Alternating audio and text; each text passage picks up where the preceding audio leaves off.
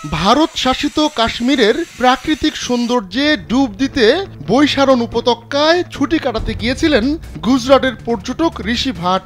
পরিবারকে নিয়ে উপভোগ করছিলেন জিপ লাইনের রোমাঞ্চ, কিন্তু সেই রোমাঞ্চ মুহূর্তেই রূপ নেয় বিভীষিকায়। হঠাৎ বেপরোয়া গুলি চালাতে শুরু করে সন্ত্রাসীরা, আর বিভীষিকাময় সেই মুহূর্ত অনিচ্ছাকৃতভাবে ধরা পড়ে ঋষির মোবাইল ফোনের ক্যামেরায়। ভাইরাল ভিডিওতে দেখা যায় ঋষির জিপ লাইনে করে যাচ্ছেন এবং ঝুলন্ত অবস্থায় মোবাইল ফোনের ক্যামেরায় নিজেকে সহ নিচের উপত্যকার দৃশ্য ধারণ করছেন। সেই মুহূর্তেই নিচে শুরু হয় সন্ত্রাসীদের তাণ্ডব। তাদের ছোড়া গুলিতে মাটিতে লুটিয়ে পড়েন একের পর এক পর্যটক।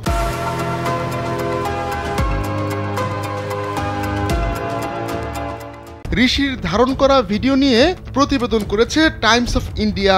গুজরাটের এই পর্যটক জানান, তার স্ত্রী, ছেলে এবং আরো 4 জন আগেই জিপ লাইন পার হয়ে গিয়েছিলেন। তিনি যখন লাইনে ওঠেন তখন হঠাৎ জিপ লাইন অপারেটর 3 বার আল্লাহু আকবার বলে ওঠেন।